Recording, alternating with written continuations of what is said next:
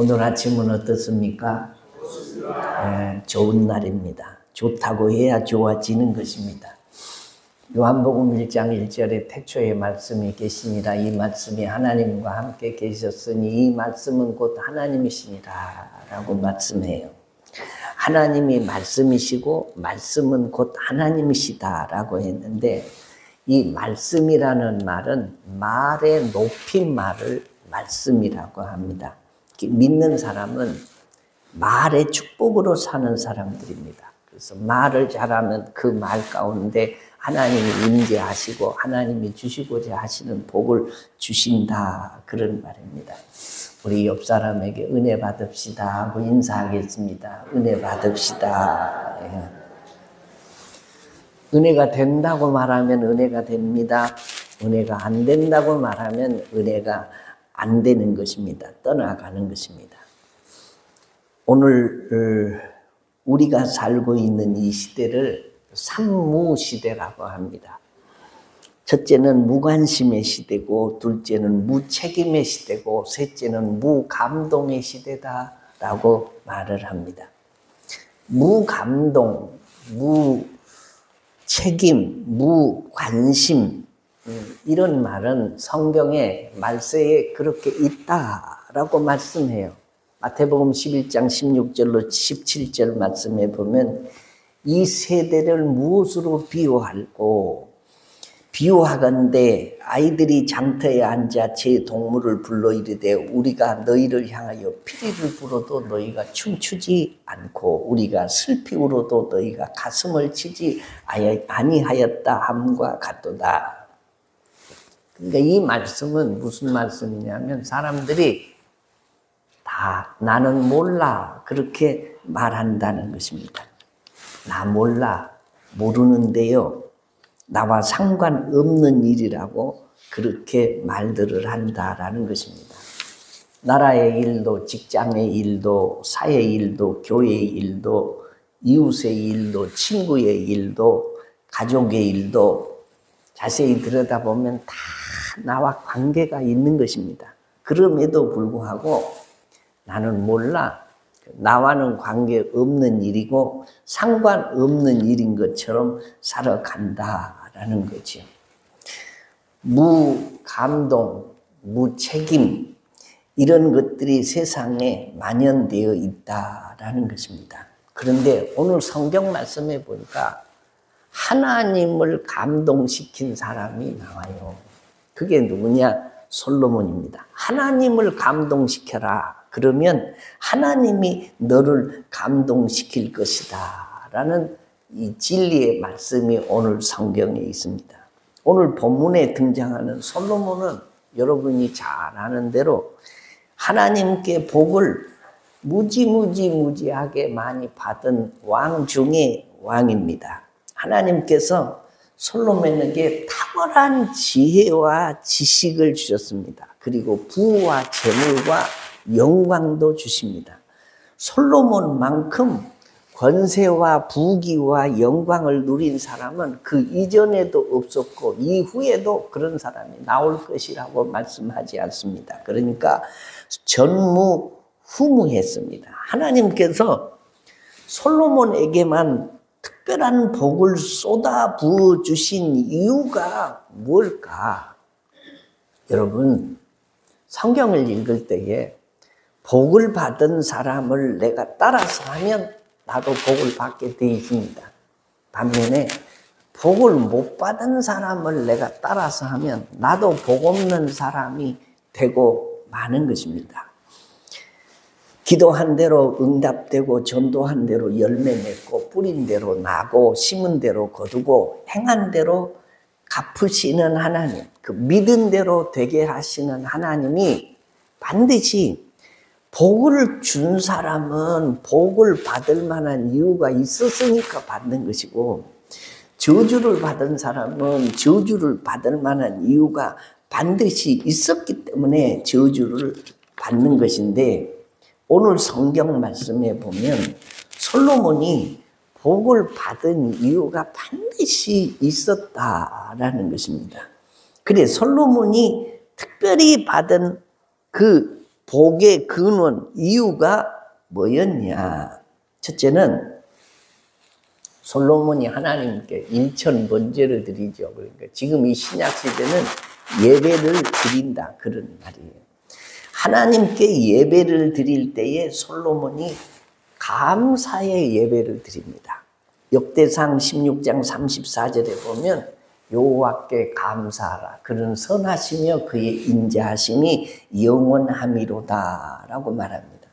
아버지 다윗이 항상 하나님께 감사의 예배를 드렸더니 그 아들 솔로몬도 하나님 앞에 감사를 끊임없이 했다라는 것입니다. 솔로몬은 자신의 형통과 부귀와 영화 이런 것들이 자기가 똑똑하고 잘나서 얻은 것이 아니고 하나님이 내게 베풀어 주신 특별한 은혜라는 것을 절실히 깨닫고 그것을 가슴에 간직하고 살다가 이 감사를 어떻게 하나님 앞에 표현을 할까 생각을 하다가 온 회중과 함께 여호와의 장막 앞으로 나가서 천부장과 백부장과 재판관들을 다 불러 모으고 그때부터 하나님 앞에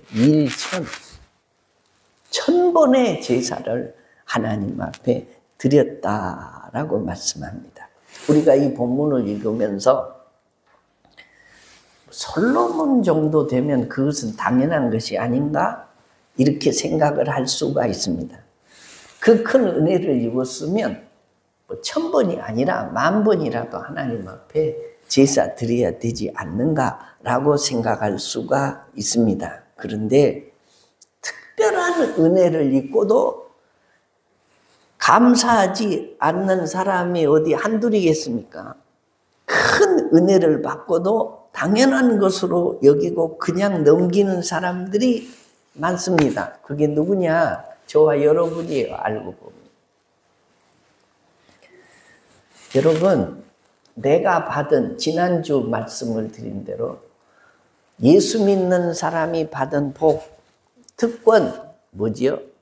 하나님의 자녀가 되는 축복, 기도 응답권의 축복, 성령 동행권의 축복, 그 다음에 또 뭐 있죠? 마귀를 이길 수 있는, 사탄을 결박할 수 있는 그런 축복, 이런 축복들이 우리들에게 예수 믿는다는 것 때문에 저절로 주어졌는데, 하나님의 은혜로 주어졌는데 그것을 감사하고 사는 사람들이 별로 없다라는 거예요. 감사를 제사로 표현하는 사람들이 그렇게 많지 않다라는 것입니다. 생각을 깊게 해보면 해볼수록 우리는 하나님 앞에 감사할 것밖에 없습니다. 여러분, 세상 사는 것이 좀 힘들고 답답합니다. 엎어지고 뒤집어지고 잠 못 자는 고민 가운데 빠질 때도 있고, 세상 사는 것이 이렇게 힘든가 라고 낙심하고 절망할 때도 있지만 생각을 바꾸면 얼마나 감사한지 모릅니다. 여러분, 내가 세상에 한번 태어나서 이 세상을 살아본다는 것이 얼마나 큰 축복인지 몰라요. 그래서 사람이 제 온 천하를 얻고도 제 목숨을 잃으면 무엇이 유익하리요? 라고 성경이 말하는데도 이 목숨을 우리가 그냥 하나님 앞에 공짜로 받아서 이 험악한 세상이지만 이 세상을 한번 살아볼 수 있는 은혜, 생명을 그냥 공짜로 받았다는 것이 얼마나 큰 은혜입니까? 그럼에도 불구하고 사람들이 감사를 안 하고 사는 사람들이 많다라는 것입니다. 그리스도인의 특징은 감사입니다. 위로 하나님께 감사하고 아래로 사람에게 감사하는 것입니다. 하나님께 감사의 표현의 첫째가 뭐냐? 예배를 정성으로 드리는 것입니다. 믿으시면 아멘. 어떻게 감사를 표현을 하냐? 헌금을 하는 방법도 있겠고, 찬양을 하는 방법도 있겠고, 기도를 하는 방법도 있겠고, 전도를 하는 방법도 있겠고, 헌신을 하는 여러 가지 방법이 있겠지만 그 중에 가장 큰 감사의 표시를 할 수 있는 것은 예배. 예배가 뭡니까? 예배는 엎드려 절하다라는 뜻이 있어요. 하나님 앞에 절을 하는 거예요.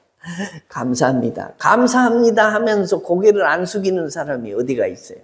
감사합니다 할 때는 다 고개를 숙이면서 감사합니다, 고맙습니다 라고 하지 않습니까? 우리가 하나님 앞에 감사할 일이 있으면 예배로 감사하는 것이 가장 큰 감사고 하나님이 기뻐하시는 예배가 된다라는 것입니다. 그래서 교회의 건물은 예배당이요, 목회자는 예배의 집례자고 성도들은 예배하는 사람들입니다. 그래서 예배의 성공자가 인생의 성공자인 것입니다. 예배는 신령과 진정으로 모든 정성을 쏟아 부어서 드려도 항상 부족한 것이 예배입니다.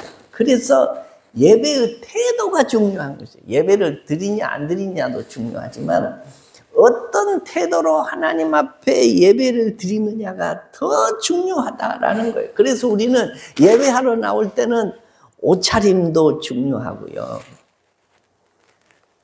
머리도 좀 오늘 오신 우리 극동방송에서 나오신 우리 자연 PD님이 오늘 여기 오시려고 이민정원에로 가셨다고. 여러분에게 보이려고 미정원에 가셨겠지만 여러분 하나님 앞에 예배드리러 올 때에 내가 하나님 앞에 잘 보여야 되니까, 그리고 머리를 하고 오는 것은 더 그 정성을 하나님 기뻐 여기실 것입니다. 어떤 권사님은 새 옷을 사면요, 그것을 입고 바깥 외출하기 전에 언제나 새 옷을 사면 하나님 앞에 예배드리러 나올 때 가장 먼저 새 옷을 입는다고. 그 마음을 하나님은 얼마나 기뻐하시겠습니까? 그래서 우리가 예배하러 나올 때는 항상 옷장을 딱 열어보고 내일 예배드리러 나갈 때 무슨 옷을 입어야 되겠다라고 생각하고 준비하고 입어야 돼요. 그런데 이게 준비를 안 해놓고 보니까 주일날 아침에 옷장을 딱 열어보니까 입을 옷이 있어요, 없어요? 있어, 없어? 옷은 많이 있어. 옷장에 가득 찼어. 그런데 입고 갈 옷이 없어. 왜 옷이 없어요? 새 옷이 없는 거야. 지난주에 사놓은 새 옷이 없어. 그러니까 입이 주둥이가 이만하나 나와가지고 남편이 돈을 좀 잘 벌어다 주면 내가 철철 따라서 옷을 살 건데, 남편이 돈을 안 벌어다 주는 남편을 원망하고, 또 그래도 내가 이 옷 한 벌 정도는 살 수 있는데 그 복장이 없는 자신을 원망하고 환경을 원망하고, 그러다가 그냥 아무거나 입고 가지, 그리고 마음에 안 드는 옷 입고 교회에 나오니까 입이 이만큼 나와가지고 은혜가 안 되는 거예요. 주일날 올 때는 옷도 준비해야 되고요. 차도 토요일 날은 이게 내일 교회 가야 되니까, 예배당에 가야 되니까 거주장되면 안 되니까 이중주차하는 그 구역에다는 주차하면 안 되고요. 아니, 이중주차하는 뒤에다가 차를 주차해 놨는데 예배 시간은 다 돼 가는데 나와 보니까 앞에 차가 턱 있네. 전화해도 안 받아. 주일이라고 늦잠 자니라고. 그러면 성질이 이만큼 나가지고 교회 오기 전부터 성질이 나서 차 때문에 오늘 은혜가 안 돼. 주일을 거의 다 망치는 것입니다. 그래서 토요일 날은 항상 내일 아침에 나가도 거릴 것이 없는 주차 구역에다가 차도 세우고 헌금도 다 준비하고 옷도 준비해 놓고, 그리고 이따가 하나님 앞에 나와서 예배하는데 방해가 되는 것들의 요소들은 다 제거하고, 이게 주일을 준비하는 거예요. 그래서 서양 사람들은 주일이면 온 가족이 정장 차림으로, 어린 아이들은 나비 넥타이를 딱 매가지고 하나님 앞에 나와서 예배를 드리도록.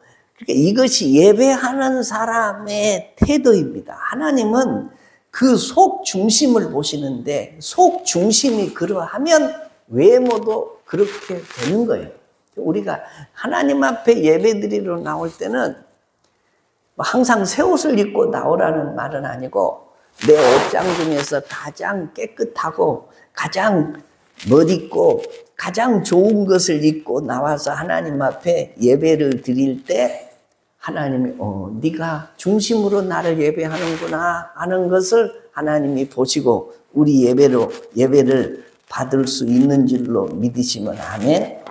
솔로몬은 하나님 앞에 감사 예배를 드렸다. 감사 예물을 드리고 감사 예배를 드리고 감사의 정성을 하나님 앞에 드렸다. 그래서 예배는 항상 최선을 다해서 감사함으로 드려야 된다라는 것입니다. 그리고 솔로몬의 예배는 감사의 예배인 반면에 최선의 예배를 드렸습니다. 솔로몬이 놋제단 위에 1,000마리 희생으로 번제를 드렸더라라고 말씀을 해요.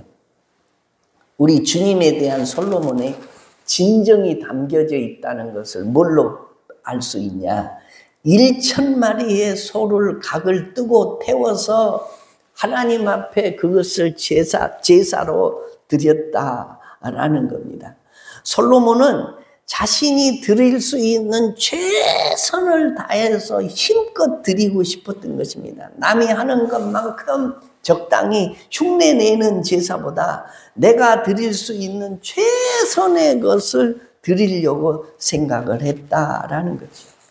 요한복음 12장에 보면 베다니의 마리아가 예수님 발에 향유를 부은 사건이 기록되어 있습니다. 이 마리아가 내가 우리 주님께 무엇을 어떻게 감사하고 드릴까 생각을 했을 것입니다. 그런데 이 여인이 간직해온 옥합을 생각해 낸 거죠. 그리고 이 옥합 속의 향유를 사용하고자 준비해온 그녀의 아주 정성 어리고 값진 것들을, 그래서 성경은 그것을 300데나리온이었다라고 말씀해요. 당시 하루 노동자의 품삯이 1데나리온이었는데 300데나리온이면은 이게 300일 정도 일한 것에 가치를 가진 것이었다라는 거죠. 거의 1년치 봉급에 해당되는 것인데 지금으로 치면 3천에서 한 5천만 원 정도 되는 값진 것을 우리 주님의 머리 위에 붓고 그녀의 머리털로 씻었다. 사람들은 그것을 어리석은 허비다라고 비난을 했지만 예수님의 생각은 달랐습니다. 너희가 어찌하여 그를 괴롭게 하느냐. 그가 내게 좋은 일을 하였느니라 라고 감동을 표현하셨습니다. 사람들의 눈에는 그것이 어리석은 허비요 지나친 헌금으로 비추어졌습니다. 그러나 예수님 눈에는 아름다운 사랑의 예배였다라는 거죠. 오늘날 사람들이 이런 계산, 아주 약삭빠른 생각들을 합니다. 내가 최소한의 시간만을 드리고 최대한의 축복을 받을 수 있는 길이 뭘까? 다시 해볼까요? 최소한의 시간만을 드리고 최대한의 축복을 받을 수 있는 것이 뭘까? 최소한의 물질을 드리면서 최대의 축복을 받는 방법이 무엇일까? 최소한의 봉사를 하고 최고의 축복을 받을 수 있는 길이 뭘까? 하나님 안에는 그런 방법은 없습니다. 그것은 세상 사람들의 경제 논리입니다. 적게 투자하고 많이 거두는 것이 세상 논리는 잘하는 것입니다. 그러나 하나님을 대할 때 우리가 경제 논리로 대하면 안 됩니다. 하나님은 속는 분이 아닙니다. 하나님은 그 속 중심을 보십니다. 나의 안고 일어섬과 계획과 정성과 생각, 속 사람도 다 알고 계십니다. 그런 마음으로는 하나님을 절대로 감동시킬 수가 없습니다.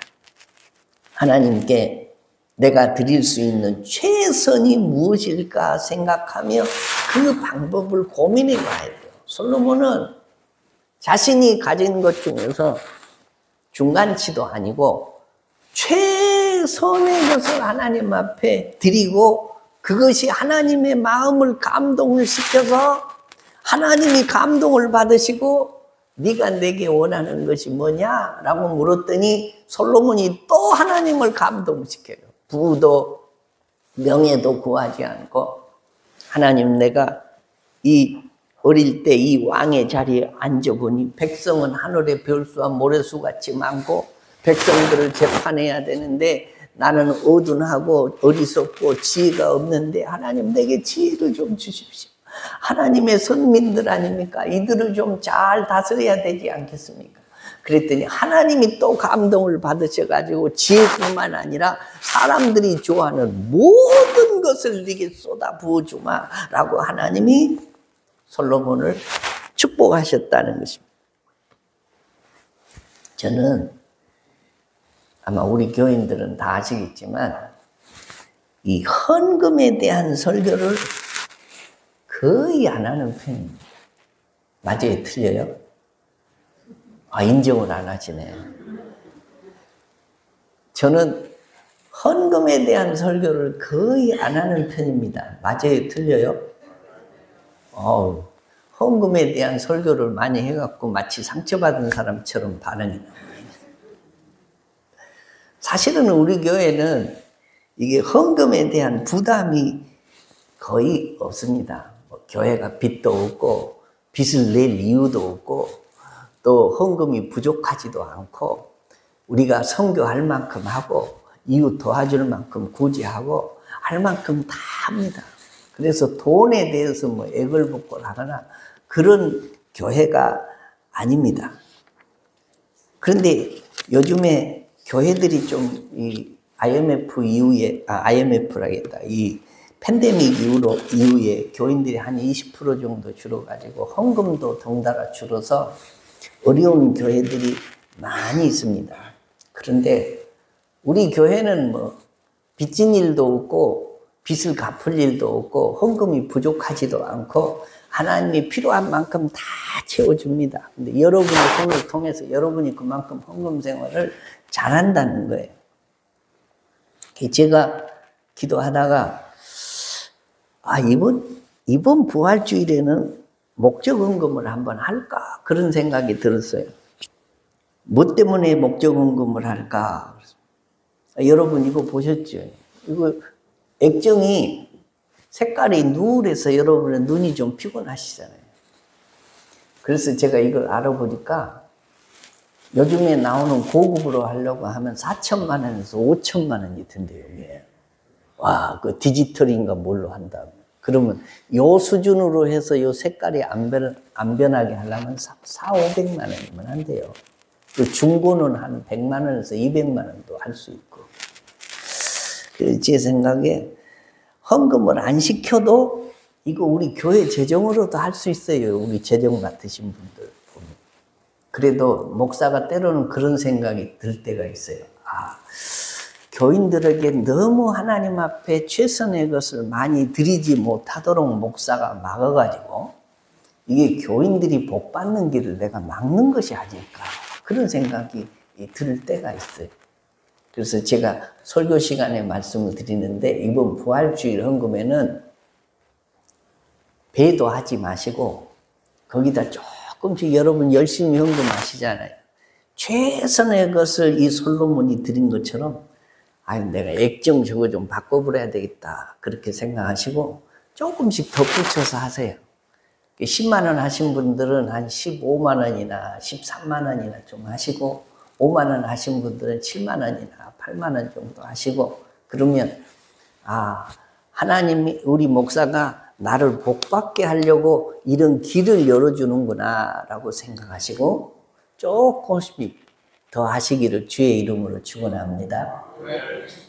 아멘 안 하신 분도 계시네요.